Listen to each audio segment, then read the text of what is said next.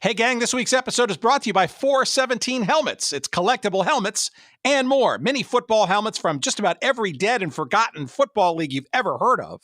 Also, mini baseball helmets from the Negro Leagues, as well as custom helmets. You want your business or your organization represented in a cool mini helmet format?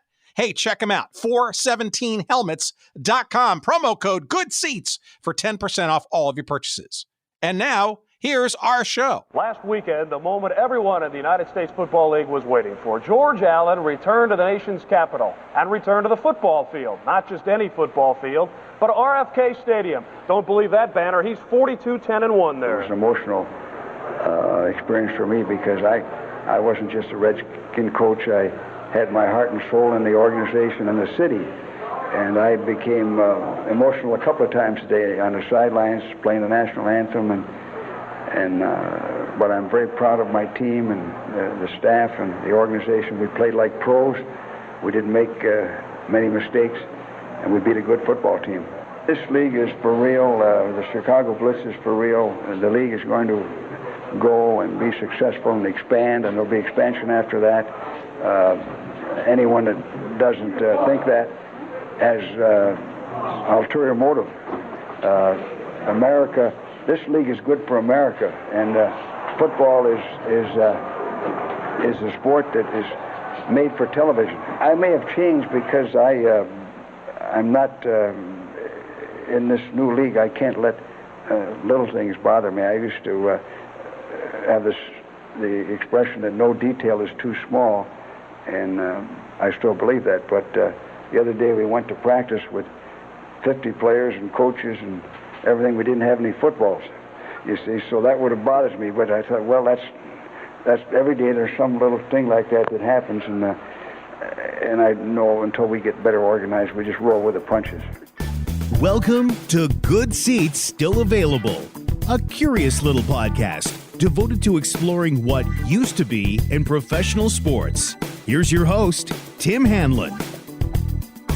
Hello again, friends. It's your pal, Tim Hanlon. It is Good Seats Still Available, the curious little podcast, which, of course, as you know by now, is devoted to what used to be in professional sports. Thank you for finding us. We appreciate it greatly, and hopefully you will find this week's episode worth the time and your earbuds' attention. It is George Allen, A Football Life. That's the name of the book by our guest this week, Mike Richman.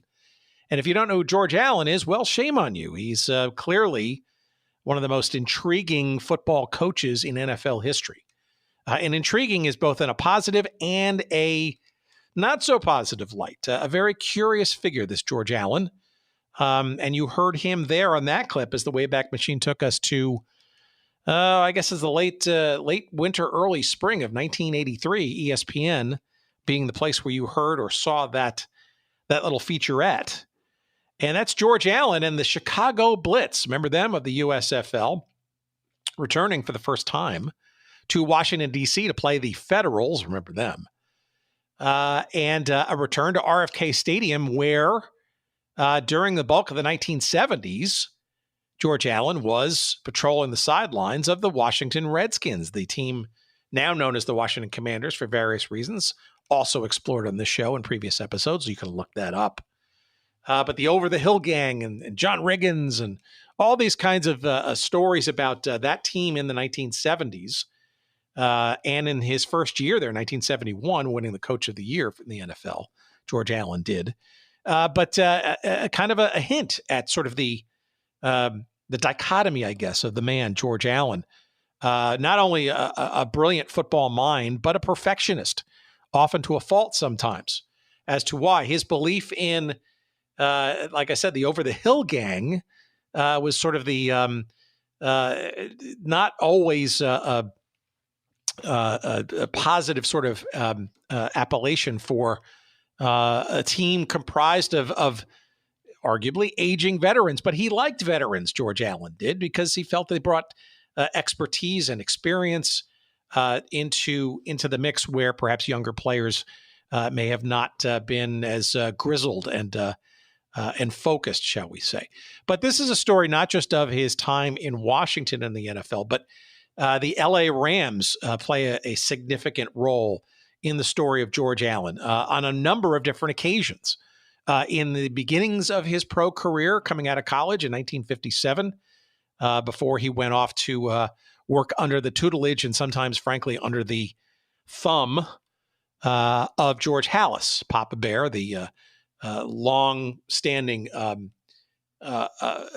figure behind and at and with the Chicago Bears franchise. Allen was, a player personnel guy, an assistant coach, a defensive coordinator, player personnel stuff during the late 1950s, early 1960s at the Bears.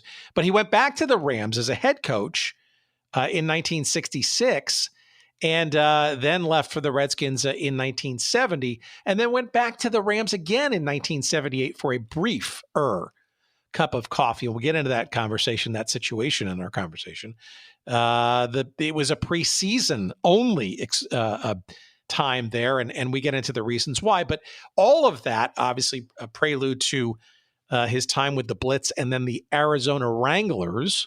And there's a story there, too, if you're a USFL fan from the original days, as to why the Blitz and the Wranglers are important for and with each other. But George Allen was part of all of that. But there's so many different little quirks and idiosyncrasies with this man. And we get into those things. And frankly, a bunch of them becoming reasons for perhaps why he left so abruptly in various situations, such as the Bears going to the Rams and the Redskins going to the Rams again, and the Rams leaving in 1978 and not coaching again until 1983 when the USFL came calling. Lots of interesting issues with this man, George Allen. Our topic of conversation this week with our guest, Mike Richman, he the author of George Allen, A Football Life, which is available now wherever fine books are found. Of course, if you go to our website at goodseatsstillavailable.com, all you need to do is search up this episode number 324, and you will find a convenient link to the book to Amazon, where you can get both the hardcover or the Kindle version about as quickly as you can find anywhere on this planet. And we, of course, get a couple of referral dimes and nickels of love when you do so. We appreciate that very much. It is published by our friends at the University of Nebraska Press. You've heard us rave about them in the past with lots of different books and topics and stuff in previous episodes, and we appreciate their helping us put this episode again together this week. And let's not waste any more time. Okay, shall we? No, of course not. Let's get right into it. This is a deep, thorough and amazingly intriguing conversation about this life of a man named George Allen, a football life, that is. Please, as always, enjoy.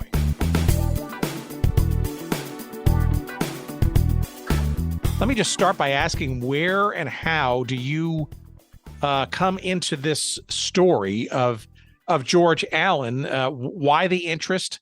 Why the in-depth pursuit?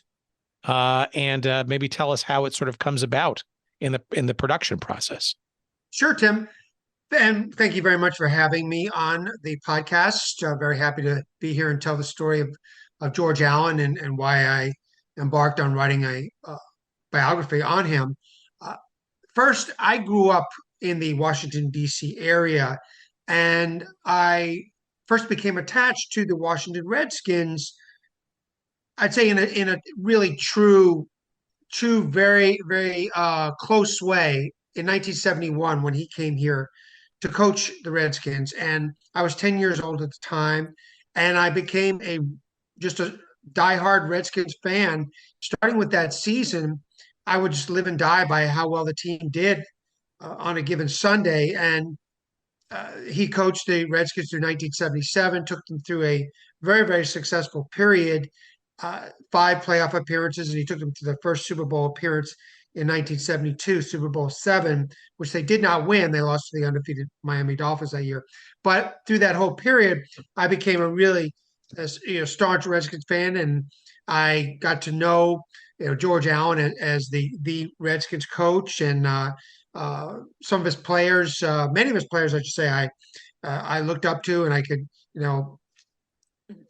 put the number with the name. I had no trouble doing that with a lot of his players. So that's how I got started in all this. And I chose journalism as a career. And then when the time came when I really wanted to embark on writing some books, I picked an encyclopedia on the Washington Redskins, and that was published in 2007. That was my first of four books. Then I had the Washington Redskins Football Vault, a memorabilia-based book. And then I had Joe Gibson Enduring Legacy, which was published by his foundation, Youth for Tomorrow. And my most recent book, which is about to hit the shelves, is George Allen, A Football Life. So that origin story is not that unique that we have found over the last number of years, and I'm part of that sort of that dynamic, and that's sort of an impressionable youth period of time, loosely defined as pre-adolescence, maybe through the teenage years, often but not exclusively male. And some kind of brush with something in the realm of sports, whether it be in a participation manner or a fandom manner or some fusion of the two. And that sort of impression leaves kind of a lasting impact in some way, shape, or form. For me, it was just a bit north of you in the New York metropolitan area, growing up as a New York Cosmos North American Soccer League fan. And by the way, coming to RFK Stadium on numerous occasions to see the Cosmos play the Washington Diplomats, including a very memorable 1980 soccer bowl there against the Fort Lauderdale Strikers. But I digress. But that was Pele on that Cosmos team? No, well, no, he left after the 77 season. So no, this was still after that. Okay. But the Diplomats were obviously quite a memorable team, semi-successful depending on the year and the games that they were playing in a couple of different iterations. But the point is that you're not alone in having sort of a memorable environment growing up and having that sort of sports experience, for you being that football team there at RFK, right. Having some kind of a trajectory interjection, if you will, into your, I guess it sounds like a career, but also a long-lasting interest in the team and the story. Well, absolutely. And there were a few other elements that went into it. One is I became immersed in history. My mother took me to so many of the museums in the Washington area, and I want to say I did not go to everyone, but I gained a love for history at the same time. So while my father got me acclimated to sports, both watching and playing. I mean, back in those days, we would just go to the schoolyard and get lost for the day, and nobody really had to worry about us, and just play sports the whole day. So, I was an avid recreational athlete, and I think I had an inkling at that time that writing was going to be something that I was going to embark on in the future, because in the 6th grade, we had a class project, and it turned into a little bound booklet, which I still have. And I wrote a story called The Amateur Who Played Like a Pro. And it was about a star football player at Ohio State who ended up playing in the Rose Bowl against USC. And as you probably know, back in those days, that was a rivalry then. It was either Ohio State, Michigan, USC, UCLA, and they would play, Big Ten would play the Pac-10 or Pac-8 or whatever it was back then. So, but that was a common rivalry. And so I wrote that book in the 6th grade. And so the thoughts were going through my mind at the time. And then, I wrote for my high school newspaper and my college newspaper, and one thing led to another. And yeah, like you say, it was, you could say it was a trajectory that I pretty much had set the course for in my youth. All right. So why George Allen in particular then? Because, that Redskins franchise, and obviously we're using that term loosely, I guess now, obviously it's gone through a change. It's now the Commanders, even the new ownership, all that kind of stuff. But obviously this was what the team was known as then. So, send your emails elsewhere. Very aware of the sensitivities of it. But why is, Allen was a coach of this team for a good 6 or 7 seasons during a bulk of the 1970s. But Lord knows he had many other coaching stops along the way. Why the fixation, I guess, on him per se in terms of doing this as a writing project versus arguably some of the very other colorful stories that could have emanated out of this team? Sure. Well, number one, going back to what I said about, being, having such strong ties to that Redskin team. So as I was doing more of these literary projects, I told myself, I've got to write a biography on George Allen. He is so deserving of it. And by then he had been inducted into the Pro Football Hall of Fame, which happened in 2002. And I just told him I was the guy to do it. I mean, I had to write a book on George Allen, and sure enough, I signed the original contract with my publisher in 2013. So that's when the project itself first started.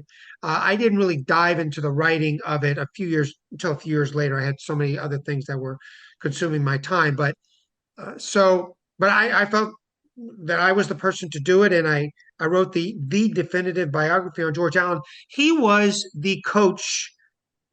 He was one of the greatest coaches in the NFL during that period. His rivals were Don Shula and Vince Lombardi. It went in this order.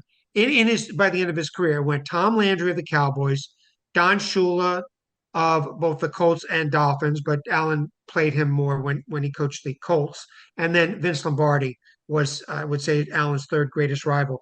Allen, that era of the NFL, Allen was at the top in terms of the most wanted coaches in the NFL.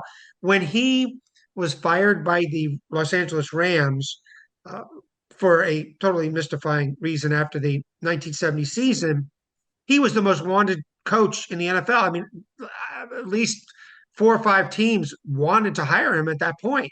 And fortunately for the Redskins, they had already pursued him after the 68 season when he was fired for the first time by the Rams and their owner, Dan Reeves, who Allen had an antagonistic relationship with. But I can get into that story later. But so the Redskins and Jack Kent Cooke and Edward Bennett Williams, the two main owners, pursued him at that time. And then they were able to lock him in after the 1970 season. In 1971 is when he started coaching the Redskins. So I hope that answered your question. He was one of the greatest coaches of that era, and he definitely, in my mind, his story deserved to be told. Yeah, and you mentioned his Hall of Fame induction that was done posthumously about almost a decade after he died. So, and clearly, it's sort of that old adage, right? That if you don't see a book about somebody or something that you believe needs the treatment, well, guess what? You're probably the one that has to go do it, right? So, but Yeah. let's maybe pick a couple of interesting sort of entry points here. I mean, you mentioned the Rams, right? The Rams are a very, and we'll get into the Bears and the Redskins and some of the USFL dalliances and stuff in a bit. But I think the Rams are a very interesting point of discussion when you talk about the life of George Allen, because this is a team that he had multiple, shall we say, affairs with. A pretty lengthy stay in the late 60s. But you're mentioning he hit the Rams' radar in 1957, and then even after the Redskins came back to the Rams for a brief thing. Maybe describe how he got to the Los Angeles Rams the first time in the first place. That was his first real exposure to the pro game after almost a decade or so of collegiate experience, correct? That's exactly right, Tim. And I'm glad you mentioned the '57 Rams. A lot of people don't really know about it, and the fact that Allen had a stint there for one season. But he was with the Rams for 1 year, 1957. He coached under Sid Gilman, who later became one of the fathers of the NFL passing game. but when he coached the San Diego Chargers in the AFL. But Allen had coached for close to a decade in the college ranks. He first coached at Morningside College in Sioux City, Iowa, and from there he went to Whittier in the Los Angeles area, and he coached there for another 5, 6 years. So that's how, and from there, he interestingly, and I wrote, and I think I pinpointed this well enough in the narrative of my book, is that he was kind of forced out as the coach from Whittier after the 1956 season. His he was having his players kind of disliked his 3 yards in a cloud of dust type of offense, and they didn't really like that approach of his. And he was also doing a few things here and there that were a little unethical. And the board at the school and the boosters, they basically they kind of pushed him out a little bit. So he was without a job when he was hired by the Rams in 1957. He knew Sid Gilman because he had attended some of the Rams summer camps in California. So that's how he came to know Gilman. And Allen, being Allen, I mean, he would go to those camps. He was allowed to go, and he would study what was going on. He was such a detail-oriented person throughout his life and coaching career. So, and he really showed it at those camps, and Gilman really came to admire him. So Gilman hired him in 1957 to coach that Rams team. Interestingly, also, Allen was hired as an offensive ends coach of that Rams team. He was a defensive oriented coach in college, hence the 3 yards in a cloud of dust on offense. But he was hired as the offensive ends coach of that Rams team, and they still had Crazy Legs Hirsch. I think he was in his last season there, and I think they had Waterfield still, Bob Waterfield, the quarterback. So they still had some pretty good players left over from their really successful years. They went to the NFL championship game in '55. Prior to the Rams with Van Brocklin and Waterfield, I believe they won an NFL title in 1951, I think. So, but yeah, he was hired as the offensive ends coach, and then he was let go after that season. I mean, there was nothing definitive written in any of the newspapers that said George Allen was fired, but that's really what you had to derive from that, because why would a coach leave an NFL team without a job? He had no job lined up after that. So I maybe it's a bit early to sort of hint at this, but obviously his career, you sort of get some of the sense of his style, his spirit, and his cunning, shall we say, later as his career unfolds. But maybe some hints, perhaps. Well, you're sort of hinting, I think, at maybe some of the reasons why he might have left Whittier. I mean, maybe this is a good time to get into like some of his tactics and his approaches and stuff, because it would seem to me that some of his style approaches to the game might have been evident before he came to the Rams for that one season. Right. Well, in terms of the pattern of a lack of ethics, I mean, that would later really bloom when he coached. Well, first he did some sort of little slimy things in Los Angeles. There was like he would sign a player and then try get information out of him, cut him right away. But he showed that pattern with the Redskins too. The other thing he did with the Redskins is he traded the same draft choices for different players. So he was actually fined by the NFL for that. Pete Rozelle fined him for that. So there was an unethical streak to him. Also, he, like I said before, he had an antagonistic relationship with Dan Reeves, the Rams owner, for some of those reasons that were really silly when you look back on it, because Allen was a great coach. His first season in Los Angeles, first of all, he took over a Rams team that was mediocre to bad in the previous 7 seasons. In 1965, for instance, I think they were 4-10. They were 4-10 in the 1965 season, and that was only because they made a run toward the end of the year. They won 3 of their last 4 games. So he took over in 66. They went 8-6 that year. The following year, 1967, in my opinion, that was his greatest season as an NFL coach. That Rams team finished 11-1-2. They lost in the first round of the playoffs to the Packers, but the game was played based on the home and home rules that existed back then. First of all, the home team, based on conference, or I guess it was division then, it rotated every year. So the Rams went into that game 11-1-2, Packers 9-4-1, but the Packers hosted the playoff game in Green Bay. I'm not saying that's what decided the outcome. But I also think that Rams team was burned out from, and Allen even said this after the season, so did I think Merlin Olsen. They were burned out from their last 2 regular season games. And probably Allen's most dramatic win as a NFL head coach, I put it up there probably number 1 or number 2. Next to last game, they beat the Packers on a blocked punt in the last minute of the game, and went in to score a touchdown in the last few seconds, which beat the Packers that day. And that exemplified Allen's focus on special teams, which, as you probably know, is a major reason that he's in the Pro Football Hall of Fame. His emphasis on special teams, he did so much for that aspect of the game. I mean, he really made special teams special. He hired one of the first special teams coaches in Dick Vermeil. Marv Levy was hired that same year, 1969, with the Eagles, Vermeil with the Rams in 69. So, Allen did so much for that facet of the game.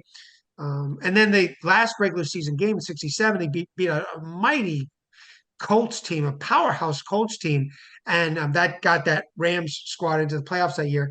But I'm just going to paint a picture for you about how much more difficult it was to get into the playoffs back then compared to today, with 7 teams from each conference going to the playoffs.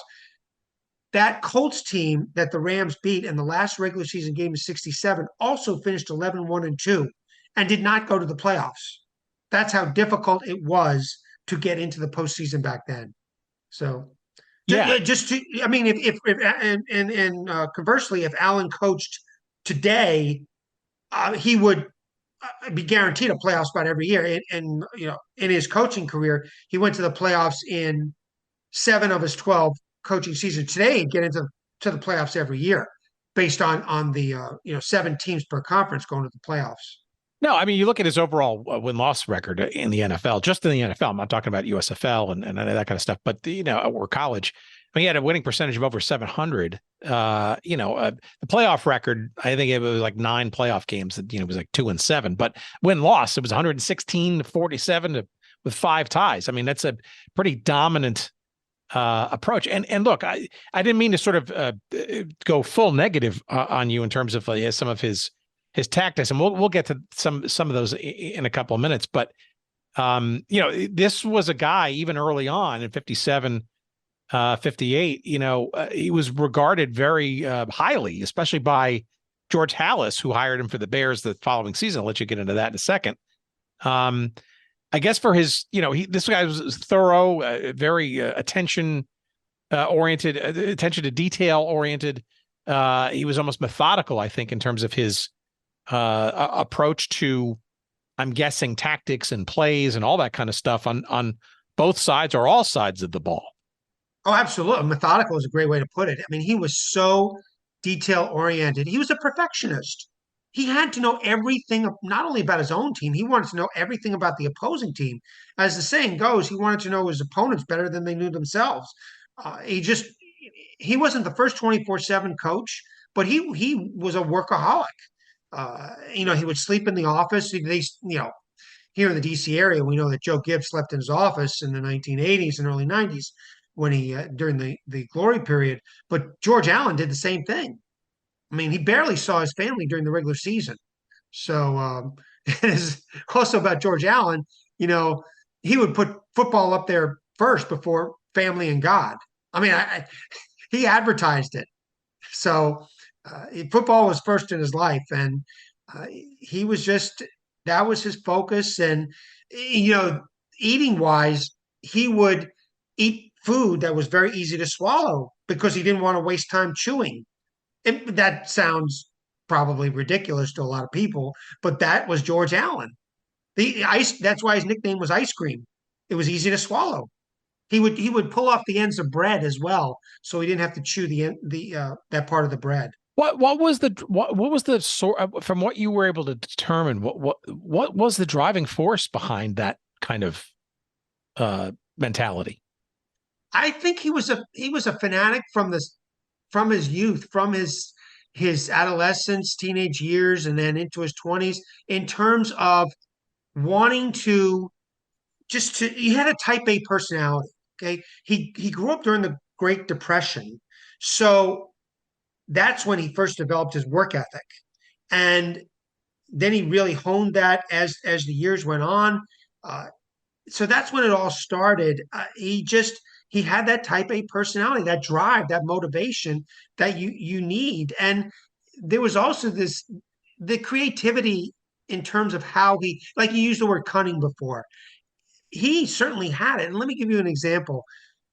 When when he was at Michigan in graduate school, he was going for a master's in education. So he wanted a job coaching the football team. Okay. And then Michigan football team was really good at the time. I believe they won the national championship in 48. But in around 1947, he was bidding for a head coaching job. He went to the head coach, whose name escapes me right now, and he said, "Coach, I really want to be on your staff. Can you have me on?" The coach said, "No, can't have you on our staff." Then Allen said he got another meeting with the head coach, and it was Chrysler, Fritz Chrysler.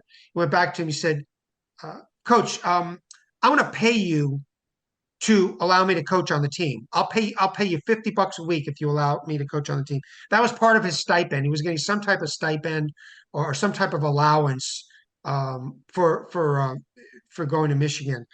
So Allen was going to pay him part of his stipend. So Chrysler said to him, "Don't worry about it. You don't have to pay me. We're going to pay you.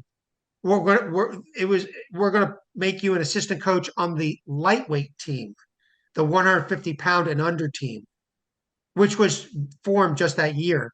1947 was the first year of that, and it was comprised of four teams in the Big Ten. It was Michigan, Ohio State, Wisconsin, I think Illinois, maybe in the fourth. So, but Allen was an assistant coach on that 150-pound team. So that's just an example of his cunning, of his moxie in going about things and thinking out of the box. That's what he was all about, really. How did Hallis discover him, so to speak, after a year with the Rams, and what was sort of the romance and the story there to bring him into the Bears organization? Because he was there. I think a lot of people, it's lost on a lot of people. Well, as the generations go by, a lot of things get lost on people, but I digress. He was part of the Bears organization from, late 50s and most of the early 60s. I don't think most people remember that. That is correct. Yes, he was with the Bears from 1959 through 65, so 7 seasons total. The way he first came in contact with Hallis, and I wrote this in the book, is it was some type of coaches NFL meeting that Allen found a way to go to. It was in Phoenix. I think that's where he first came in contact with Hallis, but that's not where Hallis offered him the job. Uh, during the period when Allen was out of coaching after being fired by the Rams in 1957, he was selling golf clubs. He was doing a car wash. It was called the Rams Car Wash in the Los Angeles area. It had no affiliation to the team, but he was allowed to use that name. He was also selling these really heavy. They weren't footballs, but there was these balls. I'm sure you know what I'm talking about. You kind of pass them around and you Like gain strength medicine in your balls. arm. What's that? Medicine balls. Yeah. Medicine balls. He was selling those. So he made his way into among the other teams that he went to. He made his way into the Bears camp or training site, and there was someone on the Bears staff who Allen came to know and then later became good friends with, who saw that he was out of a job and thought that he would be really good for the Bears to bring in. The Bears, as what what happened in the ensuing months, they had an opening in their scouting staff. But so this other person on the Bears staff thought Allen would be really good to bring in, and he said that to Hallis. So Hallis brought him. Hallis pumped him for information in prior to 2 games against the Rams late in the 1958 season, because Allen had been with the Rams in '57. So Hallis pumped him for information, and then after the '58 season, Hallis hired him for good to be the head talent scout of the Bears. It wasn't until late in the 1962 season when Clark Shaughnessy, the famous Clark Shaughnessy, who's actually most famous for the T formation, devising the T formation, but he was also a great defensive coach. He left the Bears as the defensive coordinator late in the '62 season. He had a run-in with Hallis. The two were at each other's throats. He just walked out, and Hallis tapped Allen to coach the defense for the last 3 Bears games that season, and then made him the permanent defensive coach for the '63 season, which leads me to the story of how Allen was the architect of that great Bears defense that led the Bears to the '63 NFL championship. That was one of the greatest defenses in NFL history. Yeah, for sure. And he was also part of, I mean, some legendary Chicago Bear names, right? That went on to, I mean, I think he was involved by the time he left the Bears in '65. He was involved in the college draft scenarios so I'm guessing then he was responsible for folks like Ditka and Gale Sayers and the recently departed Dick Butkus eventually getting into that roster. Oh, absolutely. And yeah, he was instrumental in drafting Ditka. He was also key to Ditka becoming a split end or a tight end. And I interviewed Ditka about this, and he credited Allen with going to Hallis and saying, "Listen, Ditka's got pass catching ability. We got to get him away from the offensive tackle. Let him split out a little bit." And so Ditka became the first true, what do you call modern day tight end in the NFL. And this was in his rookie season. He was NFL Rookie of the Year. And he was just piling up those catches. So Ditka being a future Hall of Famer. '62, Allen led the drafting of Ronnie Bull, who was NFL Rookie of the Year. And Bull that season gained only like 400 yards rushing, but still, that was enough to earn the distinction of NFL Rookie of the Year. In '65, you touched on it. First, the Bears had the number 3 and 4 picks in the first round. They also had number 8. I'll get to that in a second. They drafted Butkus with number 3.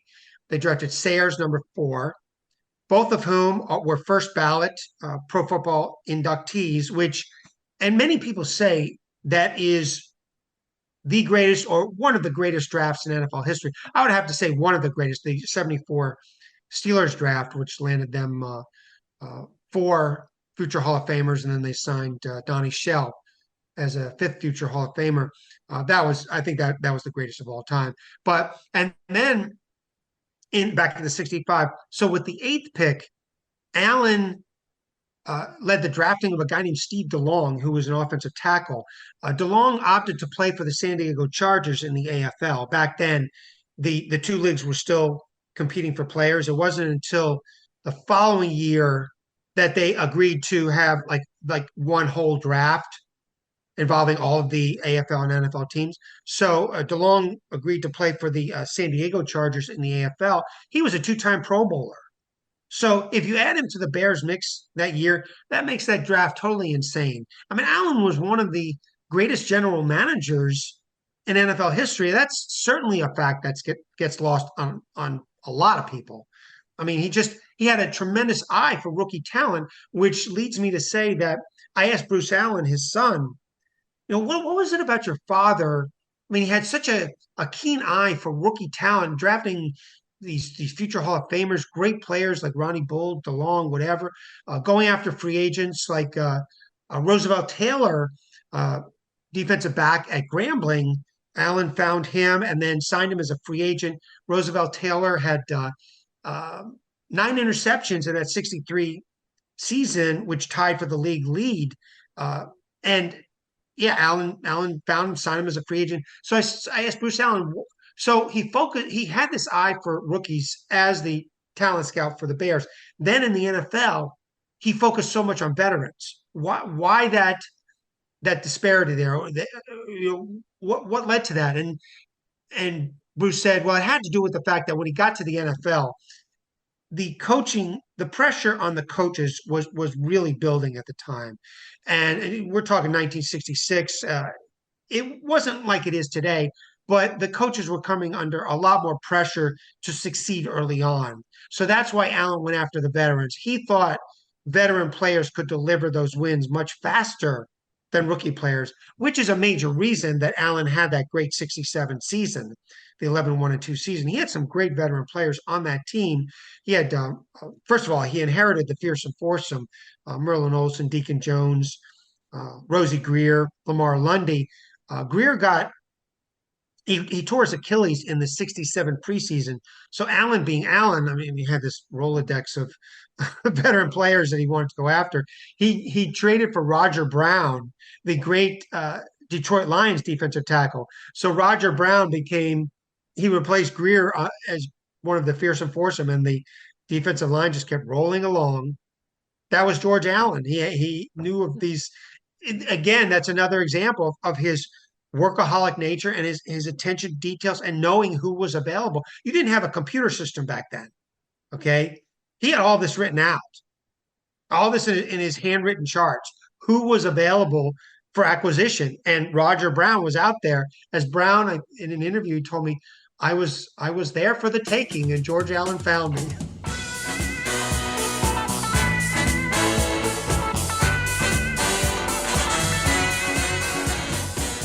All right, what's this? 417 helmets. My goodness. Well, you've heard me talk about 417helmets.com, collectible helmets and more on this very show fairly often. Our pal Judd Lesher down in southwest Missouri, I think in the Springfield, Missouri area, if I'm not mistaken. What is it? 417helmets.com. Well, first, if you dig all of our great football stories and episodes of the past, and you'd like to commemorate some of them in mini helmet form, really cool, sort of literal, high quality, professionally, made materials, but in a mini format that you could put on your desk or put on your in your bookshelf or whatever it is, and just about every league that's ever existed, save from the NFL. We're talking XFL, old versions of the WFL. Remember the World Football League? How about various teams, both current and past, in the Canadian Football League? But also NCAA teams of yore and NAIA college football teams of yore. All of them and many, many, many more available for you at 417helmets.com. But that's not it. That's not it, friends. There's plenty more to be had. How about mini baseball helmets? Yeah, a whole bunch in the Negro Leagues, and yes, officially licensed by the Negro League Hall of Fame. You can get a bunch, and they're making more all the time. And by the way, custom helmets can be made too, both of the baseball and the football variety. You got your business, maybe a promotional thing you want to do for your company, perhaps your organization, you want to raise some funds, all that kind of stuff. Great custom approaches to both mini football and mini baseball helmets can be made at your command for you to enjoy and to sell or resell or give away. All of that and more. That's the more part at 417helmets.com. It's collectible helmets and more. And we've got a promo code for you, too, for whatever you purchase. All of them, all of your purchases, 10% off all of those when you use the promo code GOODSEATS. Again, promo code GOODSEATS for 10% off all of your purchases at 417helmets.com. Thanks, Judd, and thank you all for listening and trying them out. And now back to our conversation.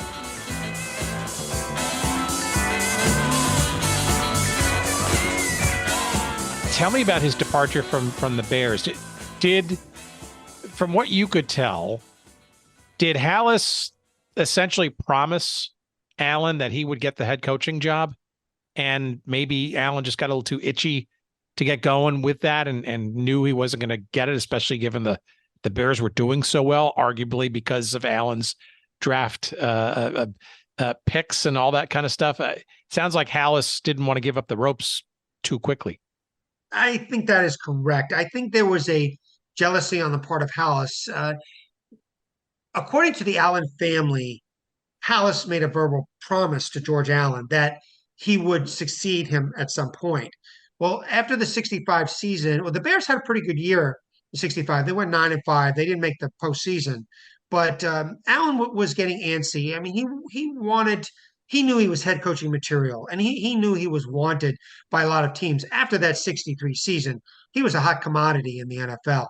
So after 65, the Rams opening was available, and Allen went after it. He came in contact with Dan Reeves, the Rams owner, and Reeves offered him the job.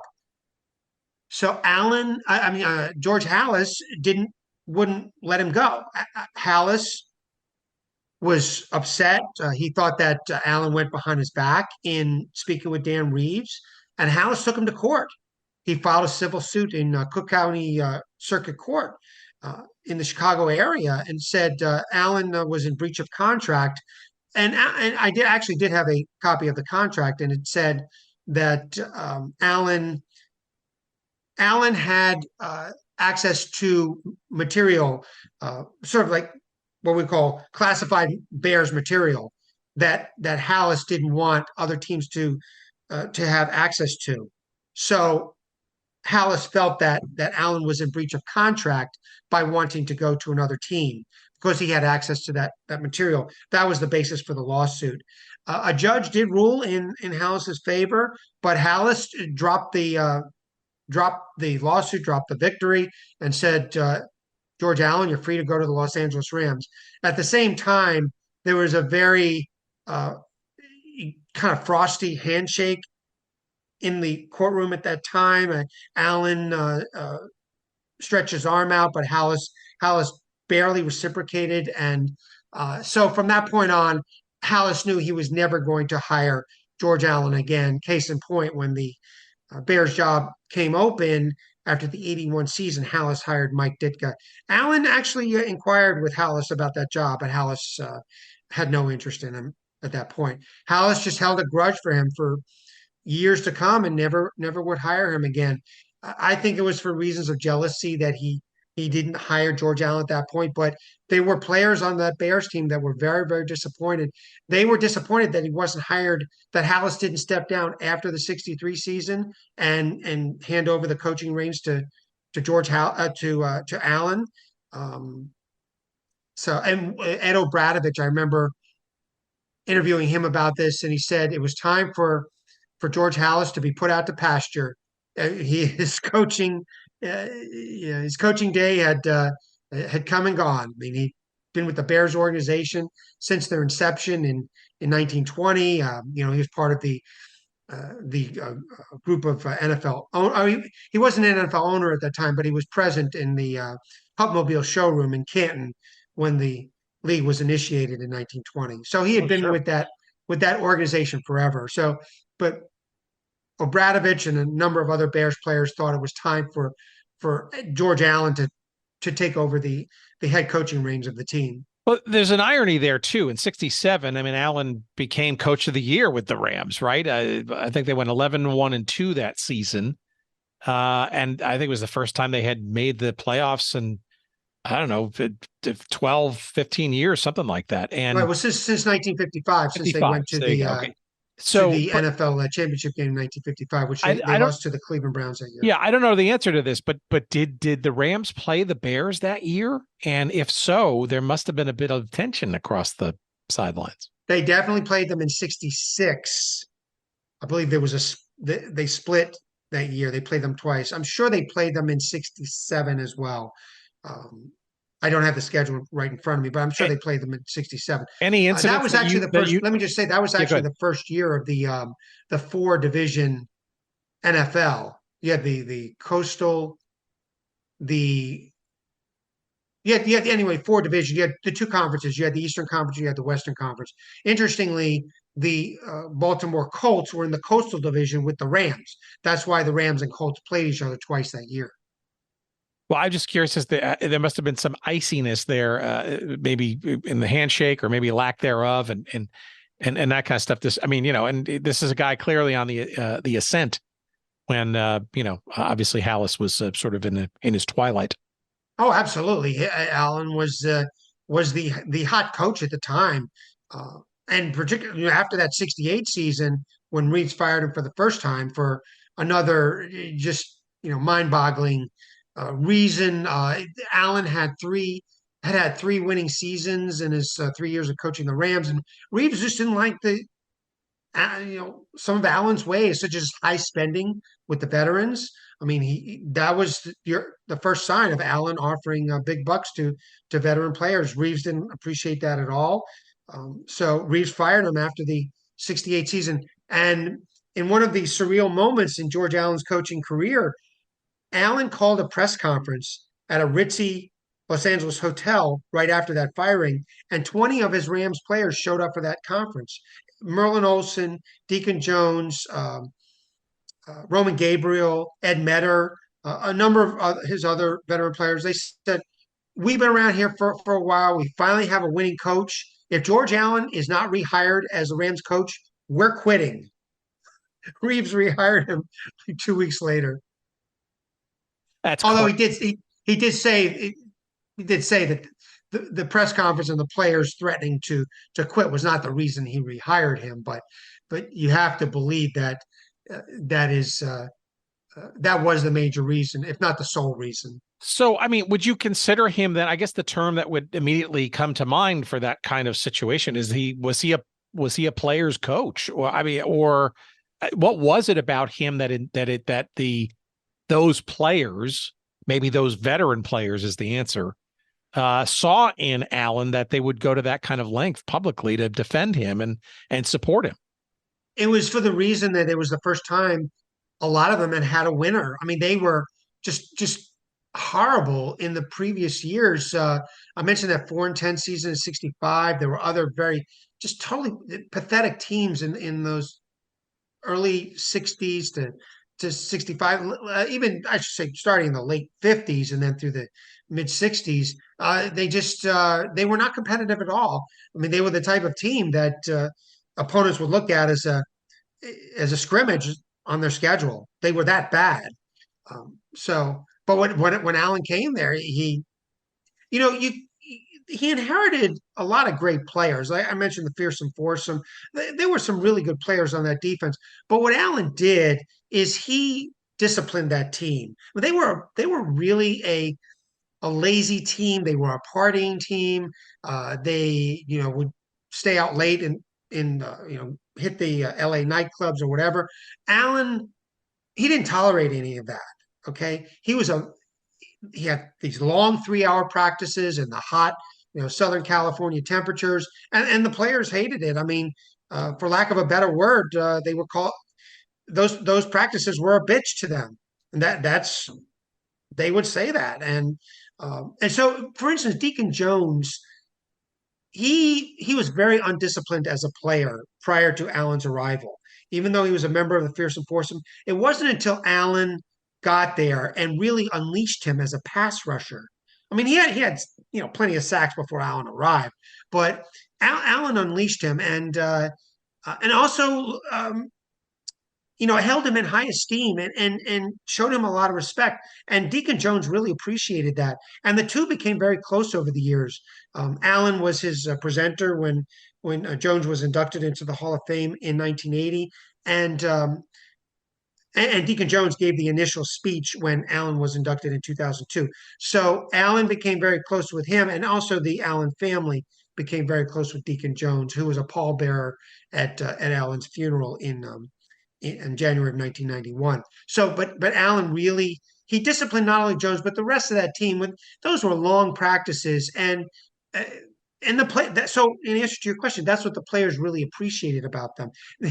I'm not saying that they loved the practices, but it made them a winning team. So that's why they went to bat for him at that press conference and demanded his return. I think there was almost an implicit belief, I guess, from Reeves when he kind of brought him back, if you will, for the week or two that he was gone. That it was kind of like, okay, let's get us over the hump into the championship land. But it's interesting. I think maybe that's probably arguing maybe this sort of, if you look back in history, is about this time that you could argue, and this was very plainly clear in the 70s and much of the 80s.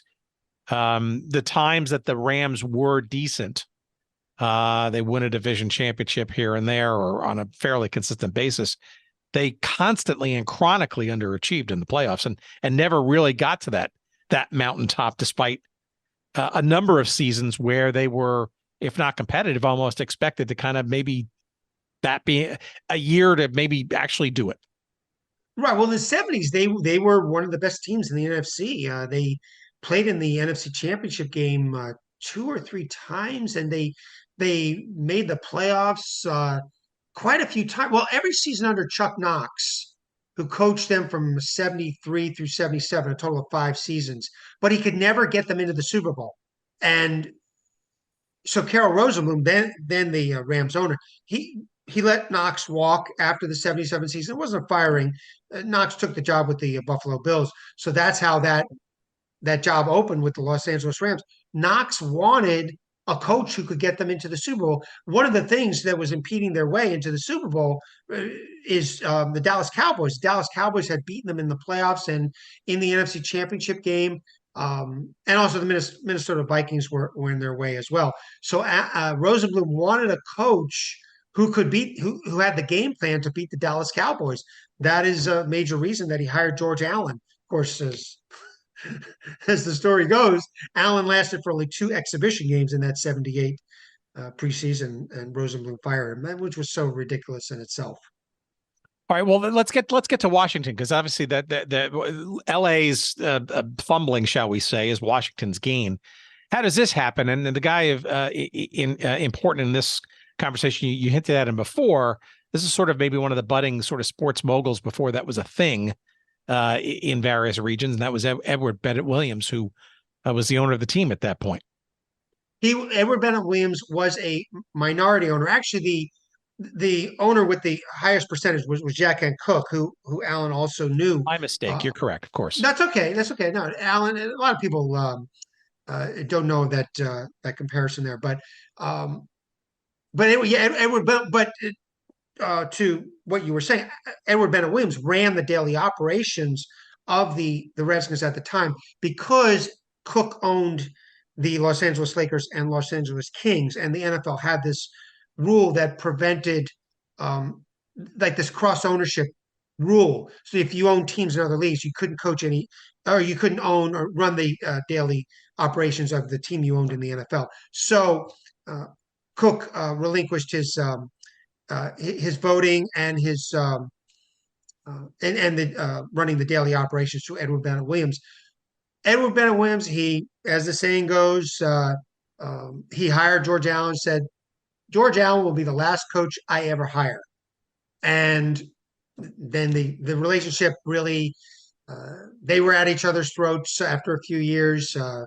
Like Dan Reeves, Williams did not appreciate Allen going after these high-priced veteran players. And Williams was saying that the Redskins were losing money at the time. So the two really, they didn't get along at all. They barely spoke after a while. But in 77, prior to the 77 season, Edward Bennett Williams did offer him a contract extension, which contradicts the story that Allen was fired after the 77 season. I don't think by definition he was fired. He wanted that Rams job, and he didn't sign the extension, in my opinion, and I wrote this in the book, because he really wanted that Rams job. He and his wife wanted to go back to Los Angeles. They still had their home in Palos Verdes Estates, a swank LA suburb. So they wanted to go back here. That's how that's how that whole process played out, and why he left the Redskins and went back to the Rams at that point.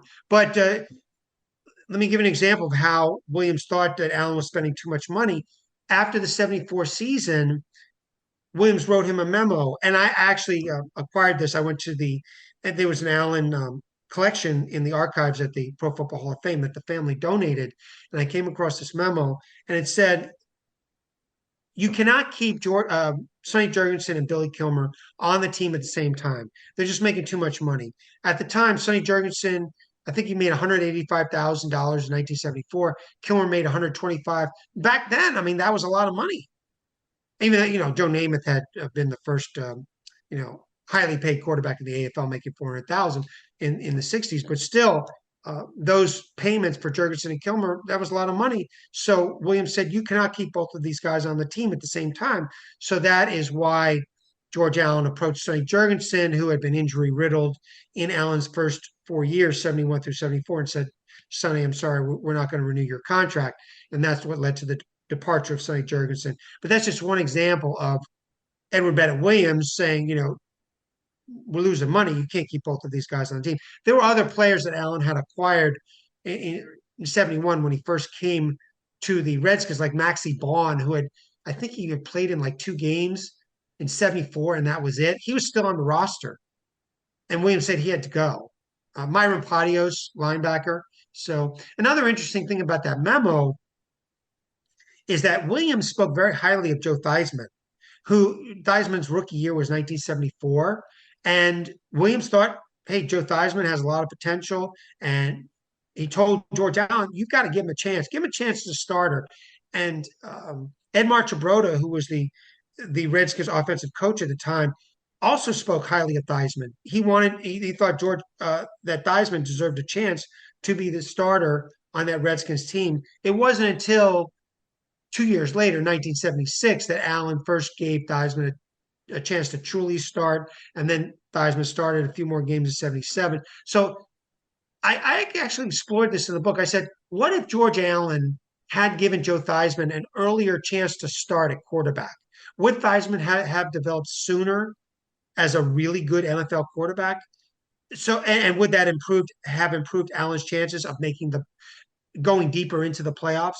In 76, 74 season, they got knocked out in the first round. 76, they got knocked out in the first round. And actually that, as I wrote, it played into Allen's preference for veterans, and that they didn't really have the endurance to really, keep moving, full speed toward the end of the season. They were really losing at that point. And that was one of the theories that I mentioned in the book, that and why they couldn't get past the first round of the playoffs. Well, look, he thought, what's that? Yeah, I was going to say his approach obviously is probably almost burnished during those years in Washington. Is sort of, I guess, if you will, less focused on the future and more focused on the now. Right, the over the hill gang was sort of the terminology that I think everybody in the league kind of recognized, and it was almost a deference, if you will, for veterans, high priced as they might have been, to, shall we say, win now, and we'll deal with the next year or the years after later. And I guess that catches up with you after a while, and perhaps sort of accumulated, by the time he left in 77 that or 78, it didn't sort of occur. I mean, at 72 obviously was, I don't know if it was an aberration by losing the Super Bowl, but they never really made it back to that level again. However, they were a force in the NFC East for many years under his tutelage. Oh, they were, yes. I don't think it was an aberration for them to have lost that Super Bowl 7 game to Miami. I mean, Miami obviously was a very good team, and although the Redskins had every opportunity to win that game, they just had some terrible luck that day. But then in the ensuing years, first, let me start. 71, they lost in the first round of the playoffs to the San Francisco 49ers. 73, 74, 76, and 77. So 4 of Allen's 7 years, they lost in the first round of the playoffs. 73, 74, and then 76. So were the last 3 years. So in those years, yes, they were very competitive in the NFC, and they were giving teams fits, and Allen was winning season after season, but they didn't really have, they couldn't really go the extra yard so to speak, toward the end of the season. That was the belief among many of Allen's competitors in the NFL, and even sports writers as well. They felt that Allen's teams didn't have what it takes to go all the way. I mean, you had teams that were much better in that era.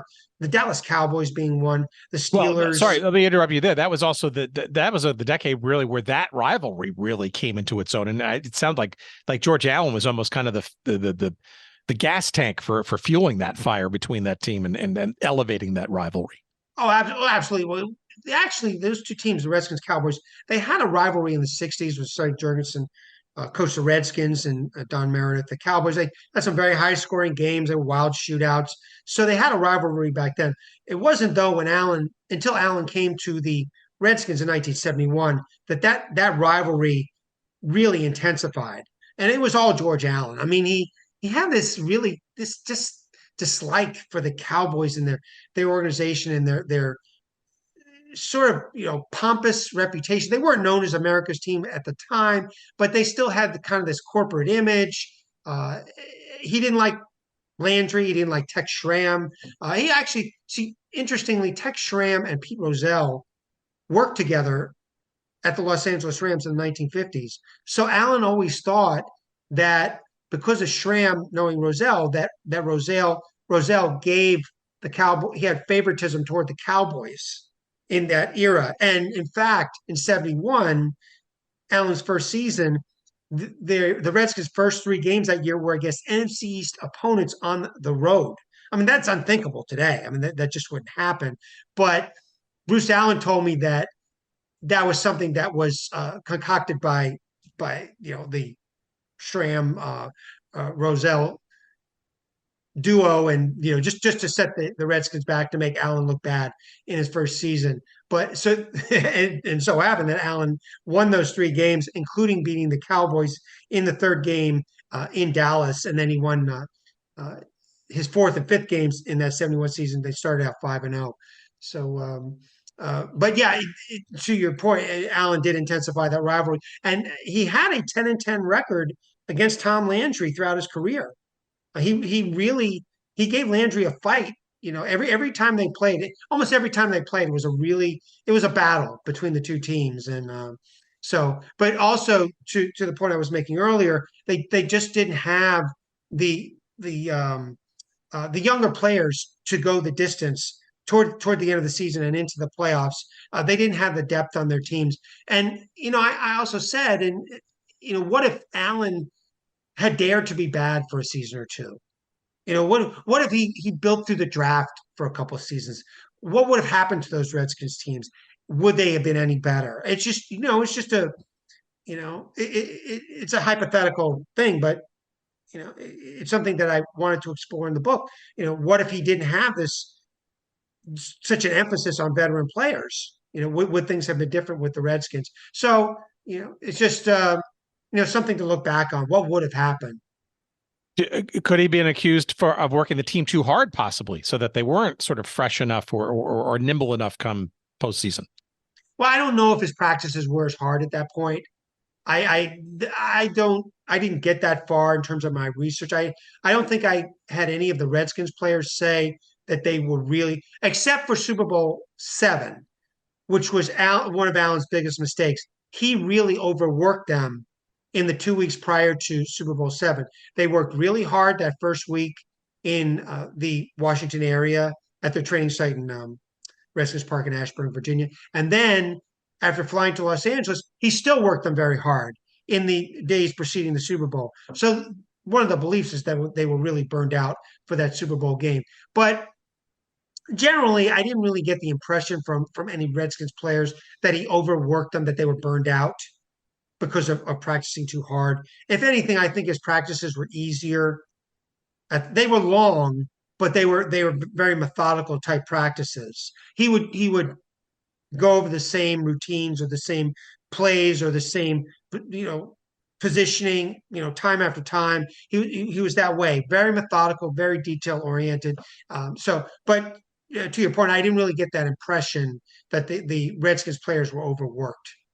All right, I want to get to the denouement of this story in a minute, but I do before we leave the Washington Redskins story. I gotta ask this interesting asterisk. Tell me about what you found out, if anything new, or just reiterate about the bizarre interactions and suggestions by the then president Richard Nixon with this team. I'm glad you asked me that, Tim, because nobody's really mentioned that except for me initiating it. But Allen first met Richard Nixon in his second year coaching at Whittier. It was at an NCAA banquet, and that's where the two first met. Which, I mean, the story, the widely held belief is that they first met when they intersected in the nation's capital in 1971, but that's not really true. They met in the early 50s, and they really hit it off. Nixon was a graduate of Whittier, so he wanted to meet the football coach at Whittier. Nixon had been invited to that banquet, and they were talking X's and O's right there. Nixon was a very astute U.S. president in terms of football. I mean, he was. I don't think anybody else in the White House knew football as well as he did, and knew sports as well as he did, for that matter. He was really astute when it came to sports. So then in later years, they kept in contact. Nixon, I came across a few letters that Nixon wrote him when Allen coached the Rams for the first time in the 60s. Like Nixon wrote him after the 68 season saying, I don't understand why Dan Reeves is firing you at this time. Well, anyway, Reeves' loss will be some other team's gain. So they were keeping in touch then. So then when they came in contact again in 1971 when Allen became the Redskins coach. So there was a period in that 1971 season. The Redskins had lost two of their past three games. I think it was two losses and a tie. So they had gone winless in three games. So they were struggling. So Nixon contacted George Allen and said, or Nixon's office, and I'd like to come out to Redskins Park and give the players a pep talk. So Allen agreed to it. Nixon came out to Redskins Park. It was around Thanksgiving in 1971. And the story that I wrote in the book, and a lot of this came from Marv Levy, who was the special teams coach at the time, but Nixon fed Allen a play while Nixon was at that practice. Nixon actually called a few plays when he was at the practice. And one of them was that end around that ended up being the botched play in the playoff game against the 49ers. But Allen had fed him the play to make Nixon look like a really intelligent football mind. And then in the ensuing weeks, when the Redskins ended up playing the San Francisco 49ers in the first round of the playoffs, Nixon had that play in his back pocket. And he contacted the Redskins in the days preceding the game. He spoke with Allen, and he spoke with Billy Kilmer, Redskins quarterback, and he said, I'd like to see that end around call to Jefferson during the game. He didn't say when he wanted it called. So then during the game, Nixon didn't phone in that play during the game. Ted Marchibroda called that play late in the first half. Marchibroda, the Redskins offensive coordinator, he called that play late in the first half. It was kind of a weird time to call it because the Redskins, they had a first and goal I think they had first and 10 on the 49ers 12-yard line. So if they had scored another touchdown, they may have put that game away. They were ahead 10-3 at that point. But Cedric Hardman, the 49ers defensive end, he caught Roy Jefferson for a 10-yard loss on that play. And then the Redskins field goal attempt, there was a low snap, so they never got the kick off. So they went into halftime up 10-3. They were demoralized.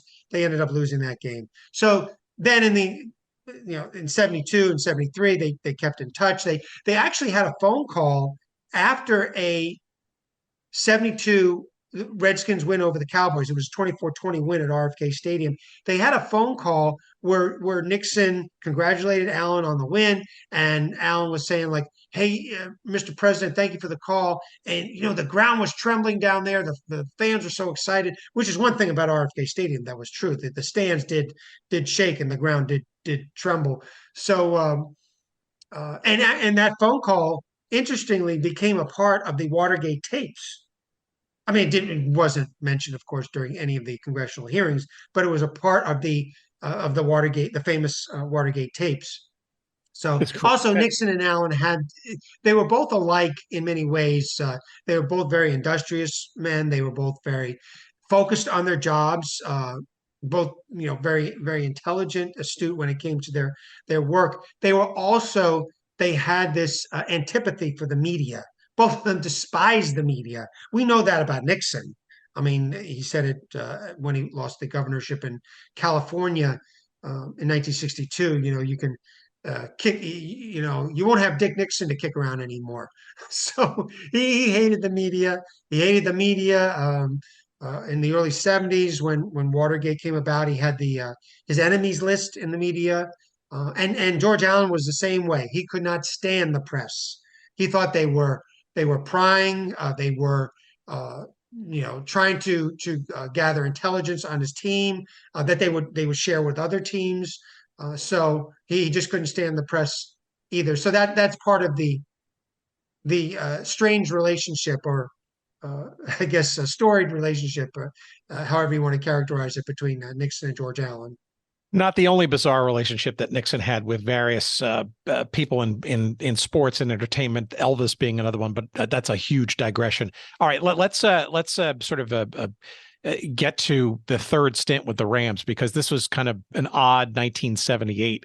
So he leaves the Redskins at the end of the 77, well, in the early 1978, the end of the season of 77.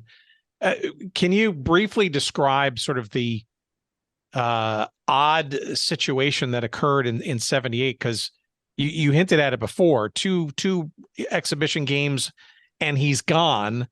Why, how, and interestingly, what happened to the team that year when all was said and done? Not to his liking, I guess. Right. He was hired by the Rams. Carroll Rosenblum hired him in January of 1978 after Allen left the Redskins, and Edward Bennett Williams wouldn't consider his contract anymore. Rosenblum, it was apparent from the very first press conference that Rosenblum had him on a short leash. He was making these snarky remarks at the press conference that George doesn't win a Super Bowl in his first year. We may have to reconsider his contract or something like that. It was jokes, but I think they were threats disguised as jokes. Were those unrealistic expectations? Because Lord knows in 78, 79, the Rams were a pretty damn good team. I don't think it was unrealistic at all. They ended up finishing 12-4, I believe, in 78. They lost in the NFC Championship game to the Cowboys. So, but back to the 78 preseason, Allen was doing things his way. When training camp started that summer, first of all, he had this no water policy, which was driving the players crazy. I mean, first of all, it's a health consideration at that point, and also the players were. You have to consider the period. The players were gathering much more power and a much greater say in what was going on. Allen could get away with that stuff in the '60s. He couldn't really get away with it at that point. The team doctor told Allen, "Listen, you cannot continue doing this. So we're going to have like a health catastrophe here if you don't allow these players to drink water during practice." So that was one thing the players hated. First of all, some of the players disliked it from the very start that he was even hired. Isaiah Robertson, the Rams linebacker, didn't want him hired. Pat Hayden didn't want him hired. Fred, who later played Hunter in the Fred TV Dryer. series. Fred Dryer. Fred Dryer didn't want him hired. Fred Dryer wanted Don Coryell hired. Okay, Coryell was let go by the San Diego Chargers. The Cardinals. By the Cardinals after the '77 season. So Coryell was available, but so Dryer wanted the Rams to hire Don Coryell. Rosenblum wouldn't do it. He had to give up a first-round draft pick. He said, I'm not doing that for any head coach." Dryer's point was that all the Rams needed was a great offensive mind. They had a tremendous defense. Not only Dryer, they had Jack Youngblood, they had Jack Hacksaw Reynolds, Isaiah Robertson, who I mentioned earlier. They had a lot of great defensive players. So Dryer told Rosenblum, all we need is Don Coryell. We'll score 50 points a game. We'll beat every team. nobody will be able to compete with us. Rosenblum hired George Allen. He wanted his game plan for beating the Dallas Cowboys. So I mentioned the water policy. Allen also had this no trash policy on the practice field. He didn't like it. The players would leave cups and trash on the field. Allen didn't like that at all. He said, you guys got to pick up after yourselves. He didn't like them sitting on their helmets during practice. He thought that was a sign of laziness. So it was like a mutiny. The players went to the owner. They said, we just don't like this guy. They lost their first two preseason games. Both of them, they were pretty much manhandled. The offense really didn't show up in either game. Allen just said after the second game, to the Rosenblum's Carol and his son Steve, who was the team president. He said, "Listen, you just got to be patient with me. My system is going to work." And they just fired him right away. After the second preseason game, they didn't give him a chance at all. But it was for those reasons that there was a mutiny on the team. Some of those players disliked him from the very start, and then it just compounded itself with these, Allen's way of practicing, long practices in the Southern California heat, no water policy, didn't like the trash being left on the field. The players just couldn't stand any of that stuff. And Dreyer told me this interesting story that one day after practice, I think it was between the first and second exhibition game. One day after practice, Allen went into one of the end zones. He called Dreyer and Jack Youngblood over. He said, "Listen, guys, I just traded Isaiah Robertson to the Packers." And Dreyer, as he told me, he looked at Jack Youngblood and he said to Youngblood, he said, "Is he allowed to do that?" and Youngblood said, "No, he's not." In Allen's contract, Allen was only the head coach. He wasn't the general manager. He didn't have the authorization to make any trades. He didn't have that personnel authority that he had with the Redskins. And a control freak who couldn't control the player personnel, but he could control practices in the litter. Well, I also interviewed Doug Krikorian, who was a reporter for one of the Southern California newspapers. He was a daily beat reporter for that newspaper at the time. He said, "Listen, I had every story on that team for 7 years. I wrote 7 stories a week. That didn't happen. I don't remember that story happening at all. But whether it happened or not, that story apparently got back to Rosenblum, and I think something got through from the Packers to the Rams about that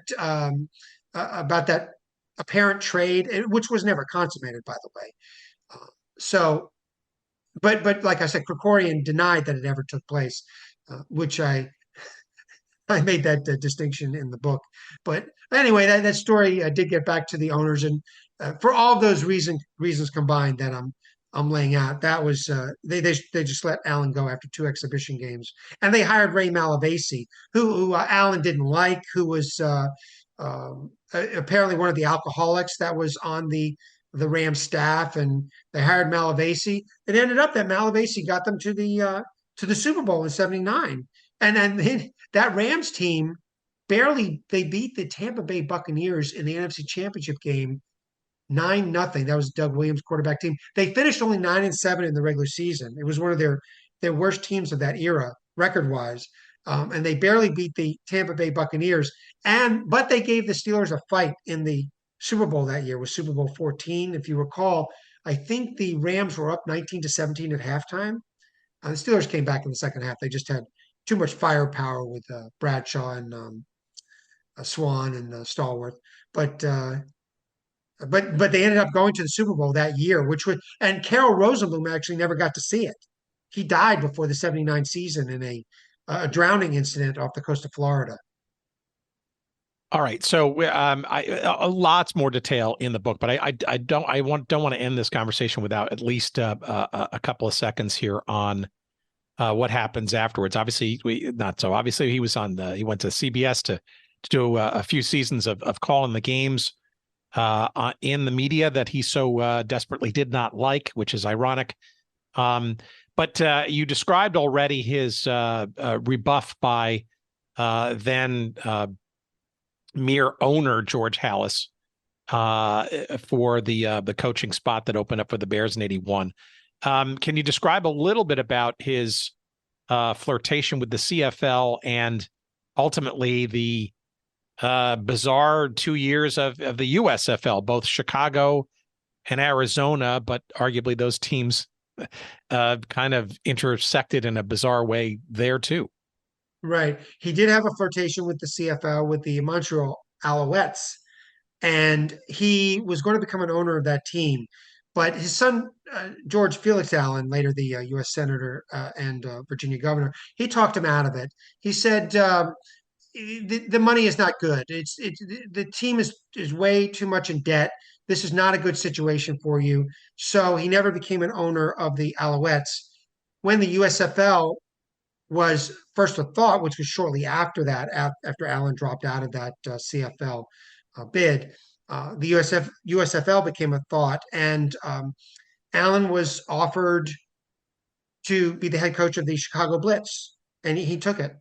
He thought this was a great opportunity, not necessarily that he would steal fans from the Bears or get back at Halas in any way, but he just wanted to get back into coaching.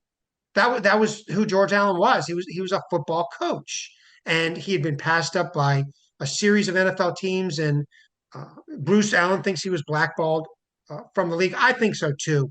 Why else would a team not hire George Allen as a head coach? I mean, the the New York papers, it was New York Post did a poll after the '79 season. Should the Giants hire George Allen as their coach? And the fans gave him the majority of the vote over Hank Stram and one of the other names there. They wanted George Allen there. He was never hired back as an NFL coach to the day of his death. But he was hired by the USFL, Chicago Blitz. He coached there 1 year.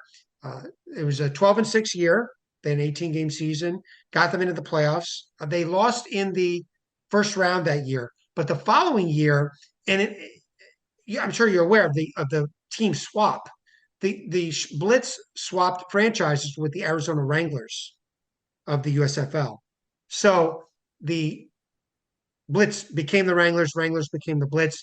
Allen became the coach of the Wranglers. He led the Wranglers to the USFL championship game that year. That Wranglers team, they beat the Houston Gamblers in the first round of the playoffs. That Gamblers team was quarterbacked by Jim Kelly with the run and shoot offense, and Allen devised a defense to beat that Wranglers team. They were just a tremendously high scoring offense, and Allen with his defensive genius just figured out a way. The following week, he beat the Los Angeles team, quarterbacked by Steve Young, in the USFL in the second round of the USFL playoffs, which got them into the championship game. They lost to the Philadelphia Stars in the championship game that year. So Allen, in his 14 seasons as a pro coach, 12 in the NFL and 2 in the USFL, he never won a championship of any kind. But still one of the greatest ever. In the NFL, and you mentioned this earlier, he has a winning percentage of 712. He's third all time for coaches with at least 100 victories. John Madden is first. Vince Lombardi is second. Then comes George Allen. Never had a losing season in his 12 years coaching in the NFL, which is phenomenal in itself. Never had a losing season at all in his pro coaching. And in 21 of 24 years of total coaching, pros in college, he had winning seasons. And this guy was just addicted to coaching. And so, yeah. What in do the you, 80s, what? Go ahead. Go ahead. No, I just want to mention in the 80s, he served on the President's Council for Physical Fitness and Sports. He chaired that council under Ronald Reagan. Reagan appointed him to that post. And actually, it's another story. Reagan and George Allen had a very strong friendship. And Allen also had a friendship with Donald Trump at the time. He knew Trump through the USFL, and because Trump first hosted meetings, USFL meetings at Trump Tower, and then Trump came to own the New Jersey Generals in the USFL. So they came to know each other pretty well. And then in later years, when Allen chaired the President's Council on Physical Fitness, Trump endorsed Allen's bid to build a national fitness center in the Los Angeles area. Trump was a very big supporter of that.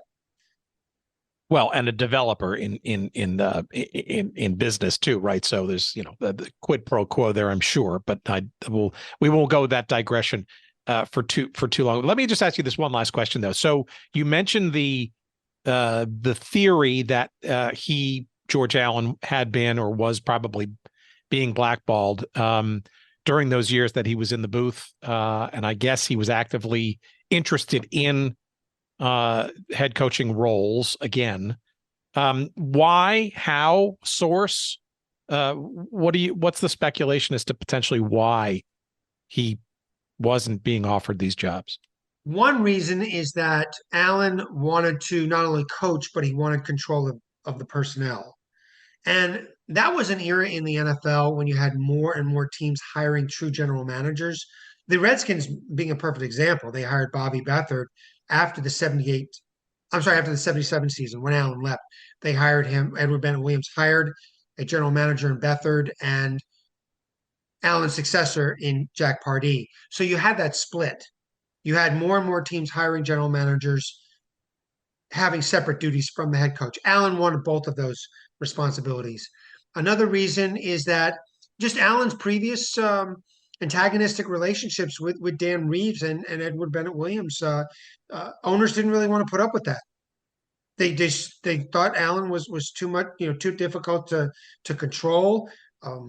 He was too much of a cancer, and they just didn't want they didn't want to deal with that as George Allen as their head coach. So that's another reason right there. And also, Allen made these vitriolic comments about Edward Bennett Williams when Williams made the decision to part ways with him in January of 1978. Allen called him a cold-blooded fish. He called him there were just other really, really nasty remarks that Allen made. So, I mean, the owners knew about all that stuff. They knew that George Allen was a difficult guy to deal with, and they just didn't want him. They didn't want him back. They didn't want to. They didn't want that type of responsibility, that type of burden. So, for those three major reasons, I would say that is why Allen was never hired again in the NFL. It's just very interesting. I mean, you mentioned. I mean, it's some dichotomy here that he's got such this talent, this intensity, this commitment. This fastidiousness, I guess, to the sport, to the game, to the X's and O's. Yet also, never sort of won that championship. Butted heads with management. Had his issues with players and various temperament and stuff. So it's an interesting sort of mix of pluses and minuses, so to speak. Yet. The ultimate honor, albeit posthumously, being inducted into the Pro Football Hall of Fame, right? So, despite maybe some statistical, lightness, so to speak, and this clearly he was a figure, a force that made a dent into the firmament of this sport known as football. Oh, absolutely. He was a pioneer in the game for the very reasons I mentioned earlier. Special teams, a defense. I really didn't go too in depth with defense, but he initiated the nickel and dime defenses, the 5 defensive backs, the 6 defensive backs. He had these really creative blitz packages. So he was a defensive genius. For that reason, for special teams, for his winning seasons, his winning percentage, for all those reasons, he definitely deserved to be in the Hall of Fame, despite never winning a championship. And also, this is quite a story. Len Shapiro, the former sports reporter for the Washington Post, he was actually the Redskins beat reporter in the 70s when Allen coached there. He started that job late in the 72 season and stayed on it through Allen's term. He was the main proponent of Allen getting into the Hall of Fame. Shapiro was on the Hall of Fame selection committee. Allen never got on through the regular voting process. His name came up a few times, and I think one of the major reasons was his playoff record. it was just really abysmal. He had like a 2-7 playoff record. So that Shapiro told me that was a major reason that he never really got serious consideration through the regular voting process. But when he became eligible through the seniors committee, that's when he was really taken seriously. And Shapiro made the push. Shapiro lobbied for him. He made a speech before the other members of the selection committee, and sure enough, Allen was selected. Now there was kind of a confluence of events too. Not only Shapiro making that push, but NFL Films released a documentary in 2001, the George Allen story, "Winning is Living, Losing is Dying." That came out in 2001, around the same time, and a number of people spoke in there. Shapiro being one, David Israel, another reporter who covered Allen for the Washington Star. Krikorian was also part of that. Allen's family spoke, and they all explained that this guy was eccentric. He was quirky. He was his own guy. And I remember Israel even saying he wasn't even like some of the other coaches, like Shula and Chuck Noll, and even Landry at that time. In terms of his looks, I mean, those guys, as Israel said, those guys looked like they were descendants of coal miners with those really tough and really strong-looking faces and bodies and everything. Former football players, all three of whom, who I mentioned, had played professional football.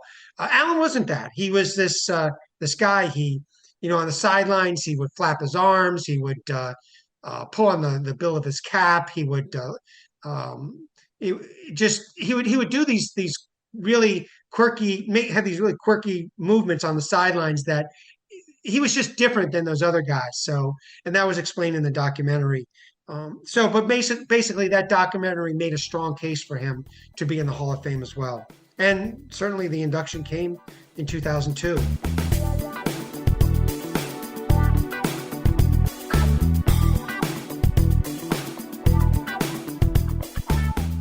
All right, that was meaty and in-depth for sure. And I must tell you, though, despite the amount of time we spent in this conversation going deep on the life and times of George Allen, I will tell you there is much, much more to learn, courtesy of this book written by said Mr. Richman. And it is, again, called George Allen, A Football Life. It is published by our friends at the University of Nebraska Press.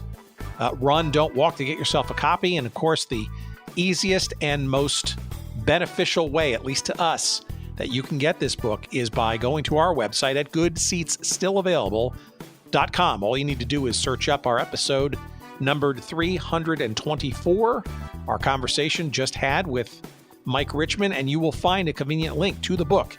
You will be whisked away via that link to Amazon to get it in either hardcover or Kindle form. And by doing so, you will give us a few referral pennies or nickels or dimes of love. We appreciate that. That helps keep our lights on. And you will get the book probably as fast as humanly possible. We appreciate you purchasing, or at least considering purchasing, said book that way. And while you're online, why not make sure that you bookmark our site at goodseatsstillavailable.com. That's where we keep all of our episodes. And if you haven't subscribed or follow us on your favorite podcast feed, by all means, you should stop what you're doing right now and do so. So it's the best way to make sure that you don't miss a moment of the various episodes that we have coming your way in the weeks and months ahead. While you're certainly doing your digital due diligence, make sure that you're following us on our various socials. We're probably the most active on X, formerly known as Twitter. You'll find us there at Good Seats Still. You will find us on Instagram at Good Seats Still Available. You will find us on Facebook at Good Seats Still Available. You will find us on Threads at Good Seats Still Available as well. While you're doing the social thing, follow Mike. Why don't you? He's at MSR_journalist. At MSR_journalist on Twitter/X. You can also follow or check out his website at Mike Richman. That's RICHMAN, MikeRichmanJournalist.com. And by the way, if you decide that you don't want to go through Amazon to get the book, you can reach out and purchase the book directly from Mike on his website and get a signed copy from the author as well. So either way, you'll be in good stead. Just get the book. Why don't you? Our thanks, of course. What else? I was going to say thanks to our pal Jerry Payne, Jerry Payne Audio Excellence, of course, each and every week. But I also neglected to tell you that you should also send us some email if you'd like. We're at hello@goodseatsstillavailable.com. I'm a little out of order this week. I'm a little out of sorts. What can I tell you? But I do appreciate your listening and more fun and excitement to come for you in the weeks ahead. Hope you enjoyed this week's episode. We enjoyed putting it together for you. And until next week, I wish you safety and health and happiness. And until then, take care of yourselves. Bye-bye.